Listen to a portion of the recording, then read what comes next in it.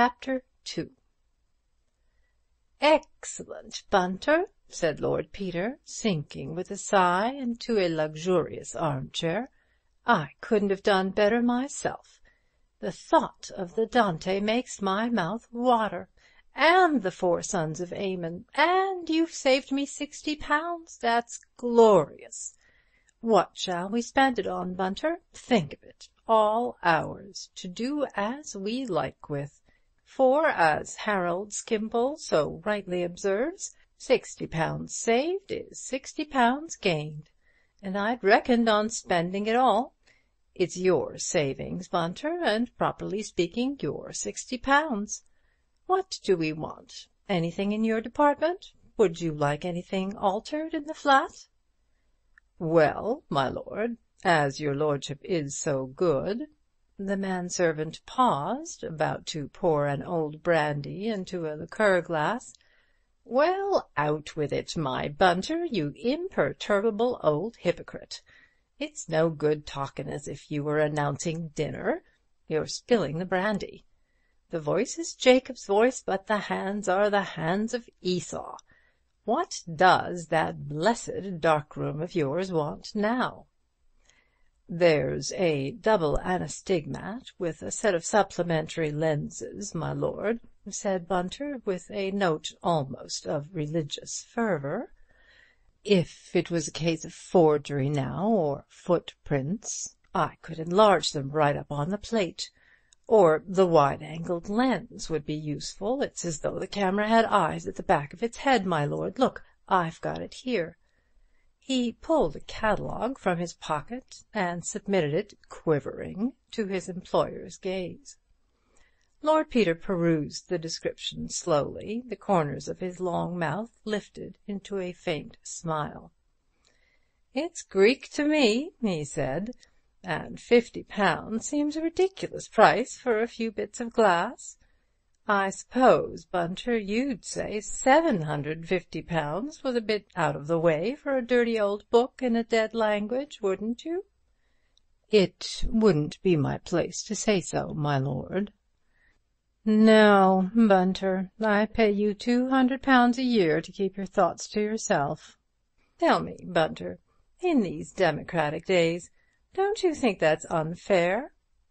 "No, my lord." "You don't? Do you mind telling me frankly why you don't think it unfair?" "Frankly, my lord, your lordship is paid a nobleman's income to take Lady Worthington in to dinner, and refrain from exercising your lordship's undoubted powers of repartee." Lord Peter considered this. "That's your idea, is it, Bunter? Noblesse oblige, for a consideration. I dare say you're right. Then you're better off than I am, because I'd have to behave myself to Lady Worthington if I hadn't a penny. Bunter, if I sacked you here and now, would you tell me what you think of me?" "No, my lord." "You'd have a perfect right to, my Bunter, and if I sacked you on top of drinking the kind of coffee you make, I would deserve everything you could say of me. You're a demon for coffee, Bunter. I don't want to know how you do it, because I believe it to be witchcraft, and I don't want to burn eternally. You can buy your cross-eyed lens." "Thank you, my lord." "Have you finished in the dining-room?" "Not quite, my lord." "Well, come back when you have. I have many things to tell you. Hullo, who's that?" The doorbell had rung sharply. "Unless it's anybody interesting, I'm not at home." "Very good, my lord." Lord Peter's library was one of the most delightful bachelor rooms in London. Its scheme was black and primrose, its walls were lined with rare editions, and its chairs and Chesterfield sofa suggested the embraces of the houris. In one corner stood a black baby grand. A wood fire leaped on a wide, old-fashioned hearth, and the Sèvres vases on the chimney-piece were filled with ruddy and gold chrysanthemums. To the eyes of the young man who was ushered in from the raw November fog, it seemed not only rare and unattainable, but friendly and familiar, like a colourful and gilded paradise in a medieval painting. "Mr. Parker, my lord." Lord Peter jumped up with genuine eagerness. "My dear man, I'm delighted to see you. What a beastly foggy night, ain't it? Bunter, some more of that admirable coffee, and another glass, and the cigars? Parker, I hope you're full of crime. Nothing less than arson or murder will do for us tonight, on such a night as this. Bunter and I were just sitting down to carouse. I've got a Dante and a Caxton folio that is practically unique at Sir Ralph Brocklebury's sale. Bunter, who did the bargaining, is going to have a lens which does all kinds of wonderful things with its eyes shut. And we both have got a body in a bath. We both have got a body in a bath. For in spite of all temptations to go in for cheap sensations, we insist upon a body in a bath. Nothing less will do for us, Parker. It's mine at present, but we're going shares in it, property of the firm. Won't you join us? You really must put something in the jackpot. Perhaps you have a body. Oh, do have a body. Everybody welcome. Gin a body meet a body, hauled before the beak. Gin the body jolly well knows who murdered a body, and that old Sugg is on the wrong tack. Need a body speak? Not a bit of it. He tips a glassy wink to yours truly, and yours truly reads the truth." "Ah," said Parker, "I knew you'd been round to Queen Caroline Mansions. So have I, and met Sugg. And he told me he'd seen you. He was cross, too. Unwarrantable interference, he calls it." "I knew he would," said Lord Peter. "I love taking a rise out of dear old Sugg. He's always so rude. I see by the Star that he has excelled himself by taking the girl, Gladys What's-her-name, into custody. Sugg of the evening, beautiful Sugg. But what were you doing there?" "To tell you the truth," said Parker, "I went round to see if the Semitic-looking stranger in Mr. Thipps's bath was by any extraordinary chance Sir Reuben Levy, but he isn't." "Sir Reuben Levy. Wait a minute. I saw something about that. I know, a headline. Mysterious disappearance of famous financier. What's it all about? I didn't read it carefully." "Well, it's a bit odd, though I dare say it's nothing really. Old chap may have cleared out for some reason best known to himself. It only happened this morning, and nobody would have thought anything about it, only it happened to be the day on which he had arranged to attend a most important financial meeting and do some deal involving millions. I haven't got all the details, but I know he's got enemies who just as soon the deal didn't come off. So when I got wind of this fellow in the bath, I buzzed round to have a look at him. It didn't seem likely, of course, but unlikelier things do happen in our profession. Funny thing is, old Sugg has got bitten with the idea it is him, and is wildly telegraphing to Lady Levy to come and identify him. However, as Sir Reuben is a pious Jew of pious parents, and the chap in the bath obviously isn't, I'm not going to waste my time. One thing is, the man really would be extraordinarily like Sir Reuben if he had a beard, and as Lady Levy is abroad with the family, somebody may say it's him, and Sugg will build up a lovely theory like the Tower of Babel, and destined so to perish." "You're certain of your facts, I suppose?" "Positive. Sugg, of course, says he doesn't take account of fancy religions." "Sugg's a beautiful braying ass," said Lord Peter. "He's like a detective in a novel. Well, I don't know anything about Levy, but I've seen the body, and I should say the idea was preposterous upon the face of it. What do you think of the brandy?" Unbelievable whimsy, sort of thing makes one believe in heaven. But I want your yarn. D'you mind if Bunter hears it, too? Invaluable man, Bunter. Amazin' fellow with a camera. And the odd thing is he's always on the spot when I want my bath or my boots. I don't know when he develops things. I believe he does 'em in his sleep. Bunter?" "Yes, my lord." "Stop fiddling about in there, and get yourself the proper things to drink, and join the merry throng." "Certainly, my lord." "Mr. Parker has a new trick, the vanishing financier. Absolutely no deception. Hey, presto, pass, and where is he? Will some gentleman from the audience kindly step upon the platform and inspect the cabinet? Thank you, sir. The quickness of the 'and deceives the eye." "I'm afraid mine isn't much of a story," said Parker. "It's just one of those simple things that offer no handle. Sir Reuben Levy dined last night with 3 friends at the Ritz. After dinner the friends went to the theatre. He refused to go with them on account of an appointment. I haven't yet been able to trace the appointment, but anyhow he returned home to his house, 9 Park Lane, at 12 o'clock. Who saw him? The cook, who had just gone up to bed, saw him on the doorstep and heard him let himself in. He walked upstairs, leaving his greatcoat on the hall peg and his umbrella in the stand. You remember how it rained last night. He undressed and went to bed. Next morning he wasn't there. That's all," said Parker abruptly, with a wave of his hand. "It isn't all, it isn't all, Daddy. Go on, that's not half a story," pleaded Lord Peter. "But it is all. When his man came to call him, he wasn't there. The bed had been slept in. His pyjamas and his clothes were there, the only odd thing being that they were thrown rather untidily on the ottoman at the foot of the bed, instead of being neatly folded on a chair, as is Sir Reuben's custom, looking as though he had been rather agitated or unwell. No clean clothes missing, no suit, no boots, nothing. The boots he had worn were in his dressing-room as usual.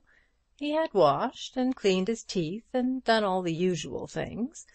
The housemaid was down cleaning the hall at 6:30, and can swear that nobody came in or out after that.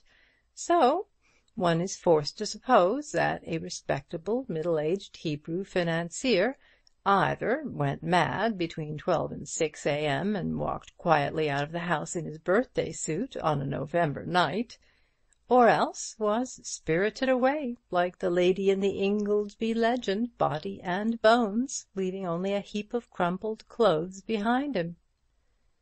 "Was the front door bolted?" "That's the sort of question you would ask straight off. Took me an hour to think of it.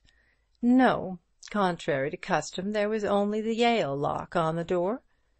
On the other hand, some of the maids had been given leave to go to the theatre, and Sir Reuben may quite conceivably have left the door open under the impression they had not come in.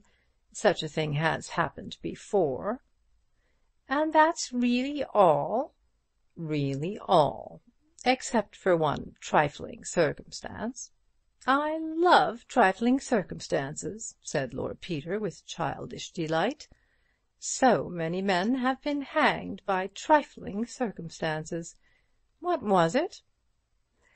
"Sir Reuben and Lady Levy, who are a most devoted couple, always share the same room. Lady Levy, as I said before, is in Monton at the moment for her health.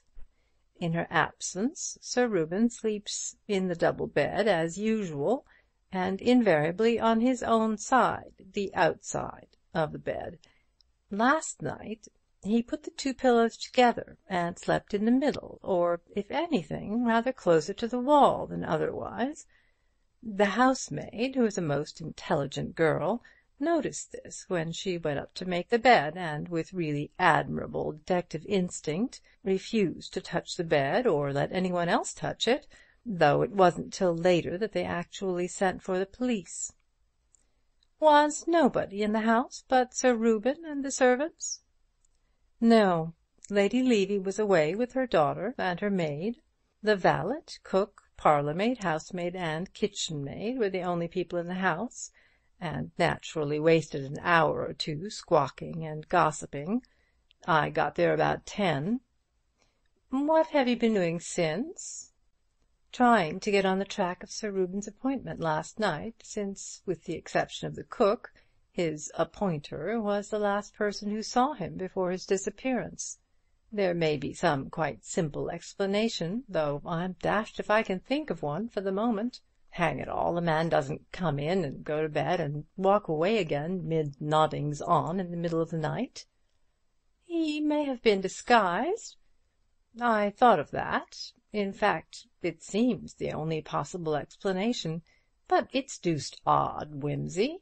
An important city man, on the eve of an important transaction, without a word of warning to anybody, slips off in the middle of the night, disguised down to his skin, leaving behind his watch, purse, cheque-book, and, most mysterious and important of all, his spectacles, without which he can't see a step, as he is extremely short-sighted."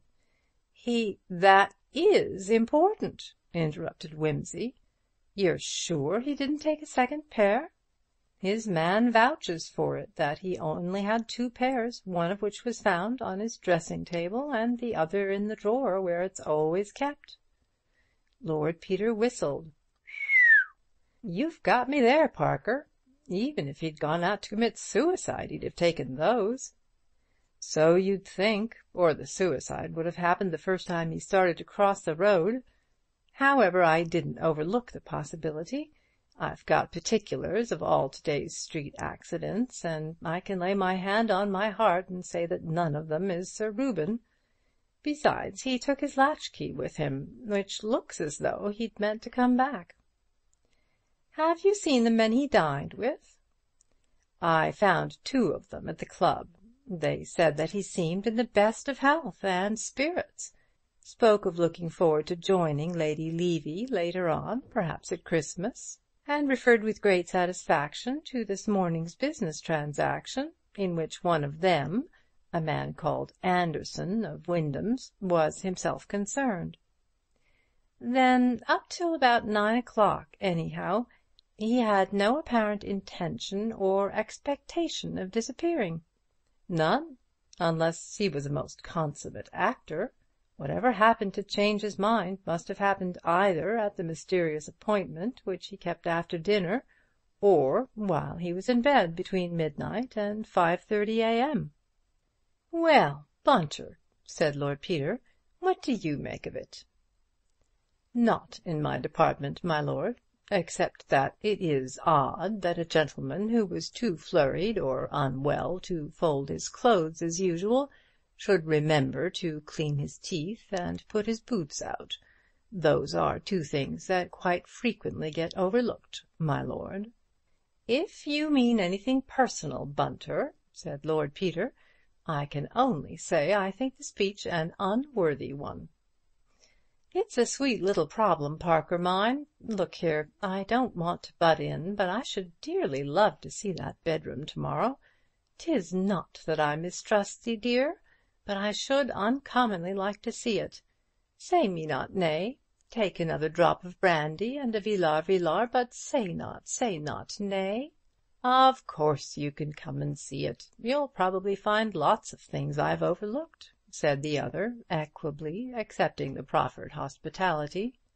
"Parker, acushla, you are an honour to Scotland Yard. I look at you, and Sugg appears a myth, a fable, an idiot boy, spawned in a moonlight hour by some fantastic poet's brain. Sugg is too perfect to be possible. What does he make of the body, by the way?" "Sugg says," replied Parker with precision, "that the body died from a blow on the back of the neck. The doctor told him that. He says it's been dead a day or 2. The doctor told him that, too. He says it's the body of a well-to-do Hebrew of about 50. Anybody could have told him that. He says it's ridiculous to suppose it came in through the window without anybody knowing anything about it. He says it probably walked in through the front door and was murdered by the household. He's arrested the girl because she's short and frail-looking and quite unequal to downing a tall and sturdy Semite with a poker. He'd arrest Thipps, only Thipps was away in Manchester all day yesterday and the day before, and didn't come back till late last night. In fact, he wanted to arrest him till I reminded him that if the body had been a day or two dead, little Thipps couldn't have done him in at 10:30 last night. But he'll arrest him tomorrow morning as an accessory, and the old lady with the knitting too, I shouldn't wonder." "Well, I'm glad the little man has so much of an alibi," said Lord Peter. "Though if you're only gluing your faith to cadaveric lividity, rigidity, and all the other quiddities, you must be prepared to have some sceptical beast of a prosecuting counsel walk slap-bang through the medical evidence. Remember Impey Biggs defending in that Chelsea tea-shop affair? 6 bloomin' medicos contradictin' each other in the box, and old Impey elocutin' abnormal cases from Glaister and Dixon man till the eyes of the jury reeled in their heads. 'Are you prepared to swear, Dr. Thingamtight, that the onset of rigor mortis indicates the hour of death without the possibility of error?' 'So far as my experience goes, in the majority of cases,' says the doctor, all stiff. 'Ah,' says Biggs, 'but this is a court of justice, doctor, not a parliamentary election. We can't get on without a minority report. The law, Dr. Thingamtight, respects the rights of the minority, alive or dead.' Some ass laughs, and old Biggs sticks his chest out and gets impressive. 'Gentlemen, this is no laughing matter. My client, an upright and honorable gentleman, is being tried for his life, gentlemen, and it is the business of the prosecution to show his guilt, if they can, without a shadow of a doubt. Now, Dr. Thingamtight, I ask you again, can you solemnly swear, without the least shadow of a doubt, probable, possible shadow of a doubt, that this unhappy woman met her death neither sooner nor later than Thursday evening? A probable opinion? Gentlemen, we are not Jesuits. We are straightforward Englishmen. You cannot ask a British-born jury to convict any man on the authority of a probable opinion. Hum of applause. Biggs's man was guilty all the same, said Parker. Of course he was, but he was acquitted all the same, and what you've just said is libel. Wimsey walked over to the bookcase and took down a volume of medical jurisprudence. Rigor mortis can only be stated in a very general way, many factors determining the result. Cautious brute. On the average, however, stiffening will have begun, neck and jaw 5 to 6 hours after death, in all likelihood have passed off in the bulk of cases by the end of 36 hours. Under certain circumstances, however, it may appear unusually early or be retarded unusually long. Helpful, ain't it, Parker? Brown Séquard states 3½ minutes after death. In certain cases, not until lapse of 16 hours after death. Present as long as 21 days thereafter. Lord, modifying factors, age, muscular state, febrile diseases, or where a temperature of environment is high, and so on, any blooming thing. Never mind. You can run the argument for what it's worth to Sugg. He won't know any better. He tossed the book away. Come back to facts. What did you make of the body? Well, said the detective, not very much. I was puzzled, frankly. I should say he'd been a rich man, but self-made, and that his good fortune had come to him fairly recently. Ah, you've noticed the calluses on the hands. I thought you wouldn't miss that. Both his feet were badly blistered. He had been wearing tight shoes. Walking a long way in them, too, said Lord Peter, to get such blisters as that. Didn't that strike you as odd, in a person evidently well off? Well, I don't know. The blisters were 2 or 3 days old. He might have got stuck in the suburbs one night, perhaps. Last train gone, no taxi, had to walk home. Possibly. There were some little red marks all over his back, and one leg I couldn't quite account for. I saw them. What did you make of them? I'll tell you afterwards. Go on. He was very long-sighted, oddly long-sighted for a man in the prime of life.